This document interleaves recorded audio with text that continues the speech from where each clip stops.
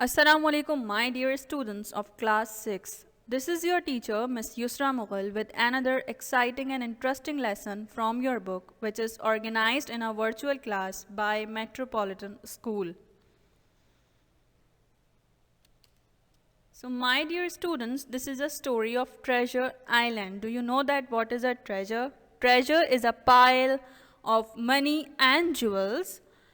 For example, gold, gold and silver coins, rubies, diamonds, emeralds, sapphire, and pearls. So these all things are included in treasure. So there is a story of a pirate, and it is a story of Treasure Island.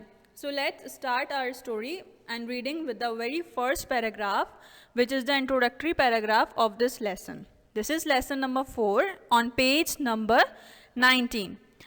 This is a very famous story, and it is about pirates and buried treasure. So now who are the pirates? Pirates are the ones who attacks and rob ships at the sea. Have you ever heard about the pirates in the news? Yes, we have heard some of the news about the pirates. This is a story in which Jim Hawkins was an English boy who was lived with his parents in an inn. Now what is inn? So inn is a house that is providing accommodation, food, drinks, etc. for travelers. This is a story in the year 1760, where a seaman, Bill Bones, came to stay with them. With whom? With Jim Hawkins and family. Right, my dear students? He had a sea chest in which he kept something valuable and seemed frightened. Why he seemed frightened? What do you think that what was in the chest? He was a pirate.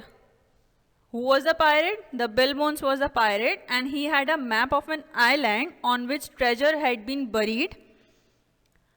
He had stolen the map from his companions. They found where he was and told him that they were going to kill him and take the map. Bill Bones died of heart failure when he heard this, and Jim Hawkins and his mother took a packet from the sea chest to help pay the pirates' bill. And when the pirates attacked the inn, they were driven away by the police, and Jim took the packet to his friends Dr. Livesey and Squire Trelawney. So my dear students, just keep the bulletin points in your mind that what this story belongs to and what is this story about. So there are some characters which is already discussed in the very first paragraph of this chapter. The number 1 character is Bill Bones, who is a pirate and who dies just of heart attack. Jim Hawkins, who is an English boy, lives in an inn where Bill Bones were staying near the inn, and Dr. Livesey and Squire Trelawney are the friends of Jim, and Mrs. Hawkins is Jim's mother. So these are the characters in which the story is revolving around. So my dear students, have you seen that there is a map? What they found from the sea chest. So the policeman make a guess about what was in the packet, and what was in the packet, he has a guess that the packet is of a map. Now Jim told about the seaman did at the inn. What was the seaman did at the inn? They all smashed the furniture at the inn because they want to find out the map. They are searching for the map and the sea chest. Then what happened next? Jim told each and everything to policeman and took the policeman to the Dr. Livesey because they both were his friends, and they wanted to give the map to them. When they get the map, Dr. Livesey got excited and jumped up because they think that this is a map of where treasure is hidden and they want to get the treasure themselves. So they get excited. First they have to open the box, the packet. They cut it The packet with the scissors and the map of an island fell out. All three peered at it one, and the doctor turned it over. There was some writing on the back, as you have seen. On the map, there were 3 crosses in red ink. Have you seen the crosses on the map? At the cross near Spyglass Hill were the words bulk of treasure here, and the initials J.F were at the bottom of the map. So now if you have found something like this, so what you can do? You can get excited, and obviously you want that these treasure will be yours. So they are planning for it. They are doing, they talked about the map, they talked about the ships, they talked about the treasure for a long time, and they talked about that how to get the treasure. Then they decided that they can go for this treasure. There are thousands and thousands of pounds of hidden things on that island, and they'll have to go to Bristol and get a ship, and you will be the doctor of the ship and Jim will be the cabin boy. But doctor said that this is a very dangerous plan, and he is scared of a one person. And who's that one person is? The one person is the Squire, with whom the doctor was getting very frightened, because the doctor think that he told each and everything to someone else as well, right? But Squire said that he will not anybody know about this plan. So they went for the treasure, and they went to go for to find out the ship in the Bristol. Right, my dear students? So this is all about the story. This is a passage from a treasure island. This is a small passage, and this is about your chapter. Right, my dear students? Now let's moving towards the exercises. So my dear students, there is an exercise on page number 23 in which you will have to add have, has, is and are to complete these sentences.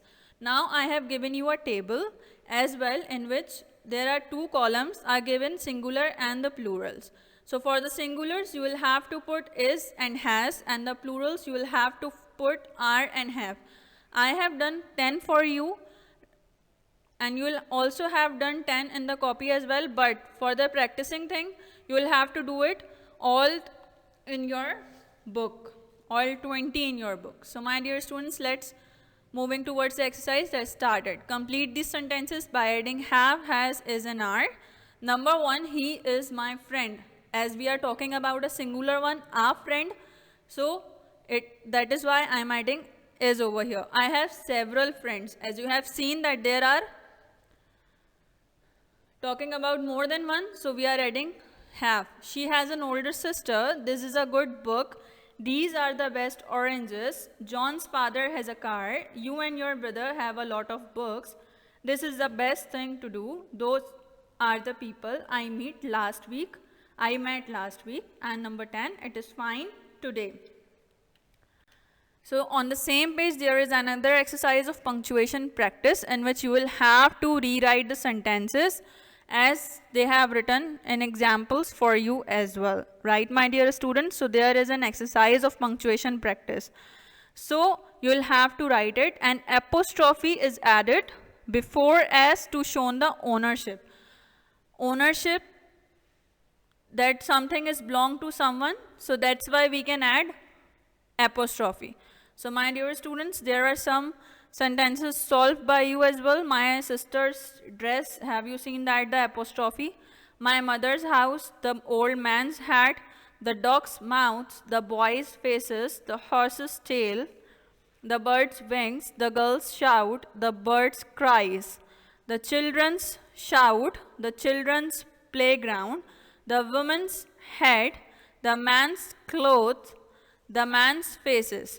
So have you seen that the apostrophe comes before s seems to show the ownership of a thing. Apostrophe before s. So now let's moving towards our grammar, and obviously we are going to start our grammar work, and we have a tense. So now students, tell me that what are we doing? Yes, we are studying English. So whatever the work which is going on in the present time, it is present continuous tense. So if we are making a definition of a present continuous tense with its name, then the present means the time which is right now, which are going on in right now. Continuous means derived from the continue to the work which is continuing. So the work which is continuing in the present time is known as present continuous tense. So present continuous tense is used to describe the things happening now or action in progress. For example, there is an example is given, Tom is driving to work. That Tom is driving a car and he is driving to work. That the action is in progress in a present time. The present continuous tense is formed with the verb to be plus verb ing. Right, my dear students, you will have to add ing with the verb. There are the three helping verbs is, am, are. With the I, we can use am. With he, she, it and any singular name, we can use is.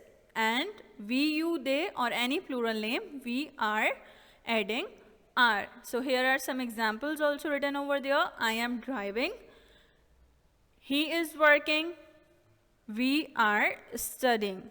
Right, my dear students? And similarly, in the negative and the interrogative cases, you will have to add not while you are making negative, and while you are making interrogative question sentences, you will have to change the place. You will have to start the sentence with the helping verb and add the question mark at the end. The examples are giving, are you driving to work?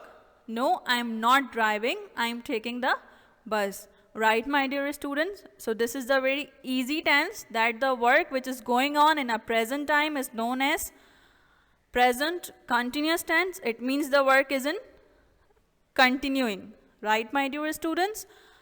The helping verbs are is, am and are, and we are using verb with ing. Right?